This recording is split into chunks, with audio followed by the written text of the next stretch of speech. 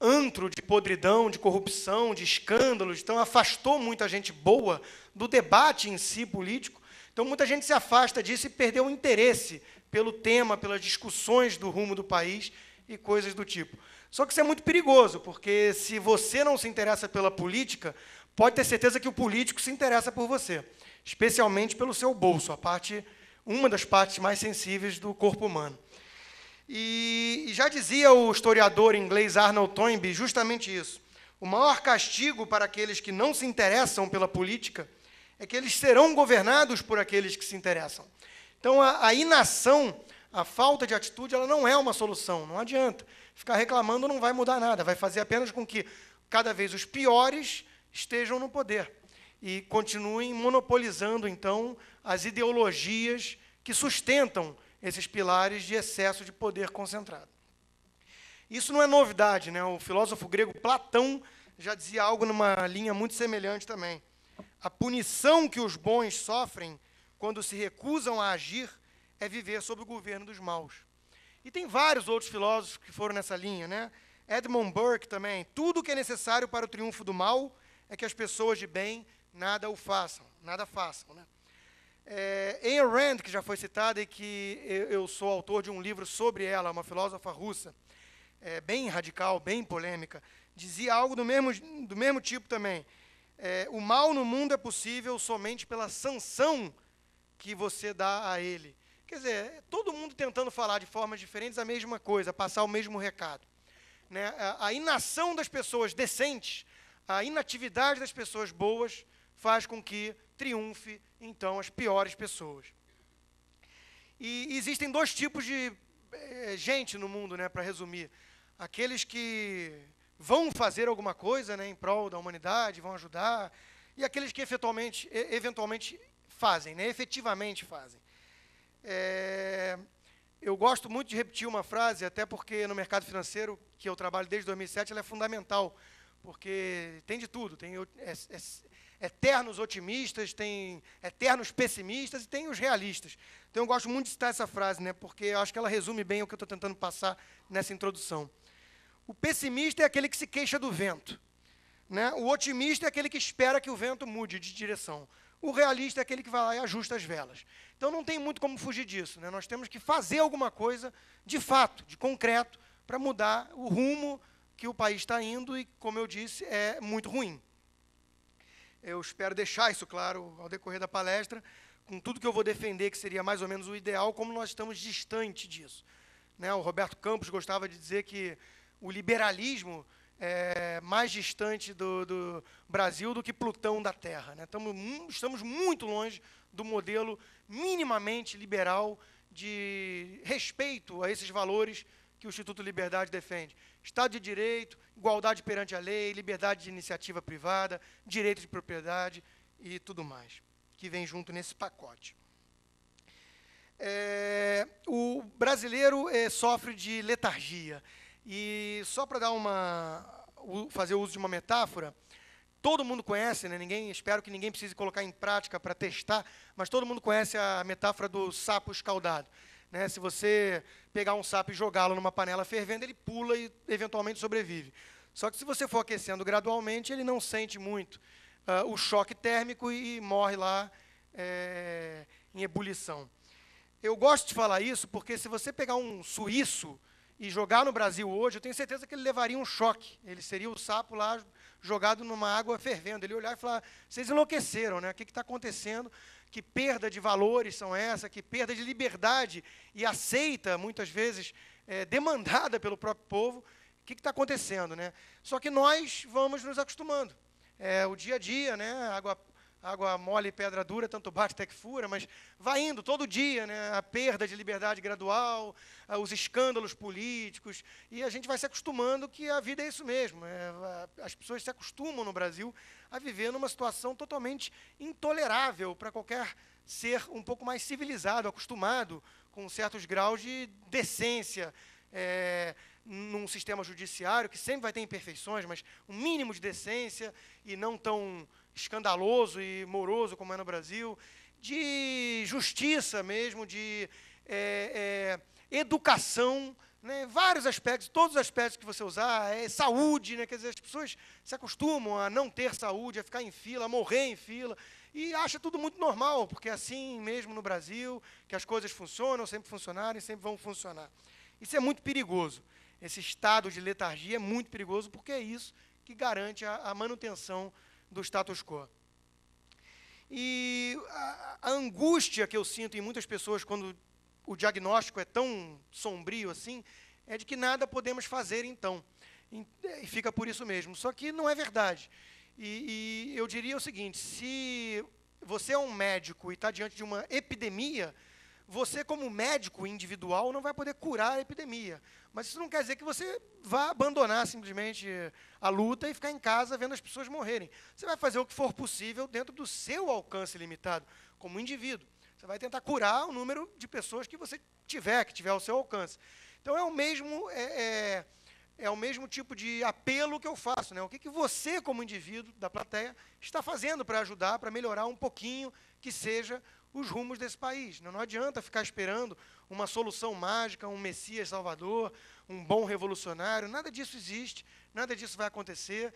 É preciso que cada um compre um pouquinho parte da briga, dentro das suas limitações. É isso mesmo que tem que ser feito. É uma luta de formiga, é uma luta longa, duradoura, maçante, desigual, né? Nós lutamos contra a máquina estatal, nós lutamos contra interesses perversos, concentrados, tudo que vai ficar um pouco mais claro ao decorrer da palestra. Mas é preciso agir, não adianta esperar a solução mágica. E aí surge, obviamente, a primeira resposta automática, que veremos que não é também a melhor, mas é necessária, que é a via política. O campo da política como um campo de mudanças, né? Por que não é a ideal? Isso vai ficar mais claro. Tem toda uma escola de pensamento, ligado eventualmente aos liberais, chamada Escola das Falhas de Governo, né? Todo mundo gosta muito de apontar as falhas de mercado, e, de fato, qualquer modelo de interação entre seres humanos vai ter falhas, porque nós somos imperfeitos. Mas existe toda uma escola de falhas de governo que as pessoas ignoram. Então, as pessoas apontam as falhas todas de mercado, e numa falácia chamada non sequitur, né, a premissa é verdadeira, mas a lógica não segue essa premissa. Concluem que, para melhorar essas falhas todas, é preciso delegar poder, concentrar poder na burocracia, nos políticos, no governo. E isso é falso. E essa escola, então, Falhas de Governo, mostra mais ou menos por que isso é falso. Primeiro, porque o homo politicus é o mesmo que o homo economicus, é o mesmo que o homo sapiens, é o mesmo que todos nós. É inevitavelmente um ser voltado para certo individualismo, é natural que seja assim. Nos preocupamos mais com nossa família do que com estranhos, nos preocupamos mais com a nossa vizinhança do que com os chineses distantes, com perdão, Margarete, mas a verdade é que nós nos preocupamos mais com o entorno, né? Nossos ciclos concêntricos. E é normal que seja assim. E, além disso, o político, ele então vai ser um sujeito individualista, é inevitável, como todos nós somos, isso não é pecado. Ele, além disso, vai ter um foco no curto prazo também. É inevitável que seja assim. Por quê? Porque antes de ser um grande senador, antes de ser um grande deputado, ele tem que ser um senador, ele tem que ser um deputado, ele precisa ser eleito. E, para ele ser eleito, ele precisa conquistar votos. E, para ele conquistar votos, ele precisa falar, né, prometer muitas coisas e focar sempre no curto prazo, porque é o campo de interesse da maioria das pessoas. Tem um economista prêmio Nobel da Escola de Chicago chamado Milton Friedman, que ele gostava de falar muito das 4 formas de gastar dinheiro. E eu acho que isso resume bem isso que eu estou tentando falar. São 4 formas de gastar dinheiro. Primeiro, gastar o meu próprio dinheiro comigo mesmo. É o que a gente chama de livre mercado. Você vai num supermercado, você vai numa loja, você gasta o seu dinheiro para comprar uma televisão, um refrigerador, um carro. Total atenção no custo, total atenção no benefício. É você que está pagando, é você que está utilizando. A segunda forma é gastar o seu próprio dinheiro com terceiros. Eventualmente comprar um presente para um amigo, coisa do tipo. Vamos ser realistas, um foco maior no custo, e o benefício já nem tanto assim, se ele não gostar, ele que troque o presente. Agora, as outras 2 formas são as piores e mais perversas, que é gastar o dinheiro dos outros com os outros. Programas de governo. arrecada dinheiro da viúva e gasta com um monte de coisa. E a pior de todas, que é gastar dinheiro dos outros com a gente mesmo. Também é uma forma de gasto do governo.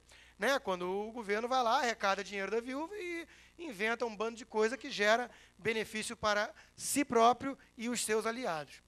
É total foco no benefício e total desleixo com custo. É por isso que tudo quase que vem do governo é ineficiente, é mais ineficiente na margem, é mais incompetente. Não é à toa, né? Porque os incentivos são perversos mesmo. Você não tem a meritocracia que foi citada aqui valendo, porque você não tem muito como premiar também os acertos e punir os erros, como que acontece na iniciativa privada. Se você é um empreendedor, se você é um funcionário de uma empresa privada e você vai mal, você vai ser punido com, eventualmente, a demissão ou a bancarrota, a falência na empresa. No setor público não acontece isso. Então, os mecanismos de incentivo não são adequados. Isso explica por que os gastos públicos são tão ineficientes na média. E surge também uma das grandes inversões que eu vejo em economia, em filosofia política, que é uma visão que prevalece a despeito da sua completa falta de lógica, que é a ideia de que o empresário é aquele ser ganancioso, mesquinho e voltado para o curto prazo, enquanto que o político é aquele sujeito altruísta, benevolente, preocupado com a humanidade, preocupado com as gerações vindouras. Isso é falso. Como eu expliquei, primeiro, o político precisa pensar no curto prazo. E segundo, a grande inversão. O empresário, normalmente, precisa se preocupar muito com o longo prazo, por um motivo muito simples. Qualquer um que já cursou aula de finanças sabe que o valor presente de uma empresa é toda a geração de caixa futura que essa empresa vai gerar, trazida a um valor presente, por uma taxa de desconto qualquer. Então, é natural que o empresário esteja preocupado com os próximos 10, 15, 20 anos daquele negócio dele. O valor presente do negócio dele depende disso. O patrimônio dele depende disso. Já o político, não. O político promete muito, foca no curto prazo, faz um monte de coisas que beneficiam amigos do rei, aliados, e joga a conta para frente. Não é ele que vai pagar, ele deixa para o próximo político que chegar aí, para as próximas gerações. Então, essa é a maior inversão que existe e que, infelizmente, predomina na mentalidade do povo. Né? A ideia de que o político é um sujeito que está pensando nos próximos 30 anos e o empresário é um sujeito ganancioso que quer lucrar no matter what, custe o que custar naquele curtíssimo prazo. Falso. Com esse arcabouço que temos até agora, já dá para entender um pouco por que o princípio do federalismo é tão importante. Descentralização de poder. Né? Você concentrar poder demais na esfera, por exemplo, federal, no governo central, é o caminho mais certo para ineficiência, corrupção, incompetência e coisas do tipo. Porque você está cada vez afastando mais da esfera individual, de quem pode estar em cima, de quem pode cobrar, de quem está preocupado efetivamente com o preço da conta e com o benefício do gasto. O voto é fundamental, a consciência, tudo isso que eu estou tentando despertar, mas, verdade seja dita, um voto sobre 130 milhões de eleitores é muito perverso, vale muito pouco mesmo. É racional até você não se interessar tanto pela política quando a pirâmide é invertida, quando tanto poder está concentrado na Brasília distante de nós, com tanto poder de concentrar arrecadação e gasto. Quer dizer, é normal que nós não nos preocupemos tanto com isso, porque está muito distante e porque nosso voto não vale nada, né? Vale 1 sobre 130 milhões. A democracia grega, nos seus primórdios, na Ágora, era lá, alguns milhares de pessoas discutindo coisas públicas, né, a res pública. Agora, no meu condomínio, eu moro num condomínio com 360 unidades, debate intenso sobre as coisas públicas, sobre a piscina, sobre a academia, sobre mudança ou não de fachada. Por quê? Porque, primeiro, me diz respeito, eu moro ali, é individualista, é como o ser humano funciona. E segundo, o meu voto tem algum peso, é 1 sobre 360 votos. Agora, 1 sobre 130 milhões não vale nada. Então, eu já vou deixando com isso claro, primeiro, o caminho que nós devemos ir, que é um caminho de descentralização do poder na mão do governo central, que é o federalismo propriamente dito. E segundo, explicando que a via política como via de mudanças não é, eventualmente, aí a melhor, justamente porque ela é muito limitada por todos esses problemas que eu levantei. é preciso tomar muito cuidado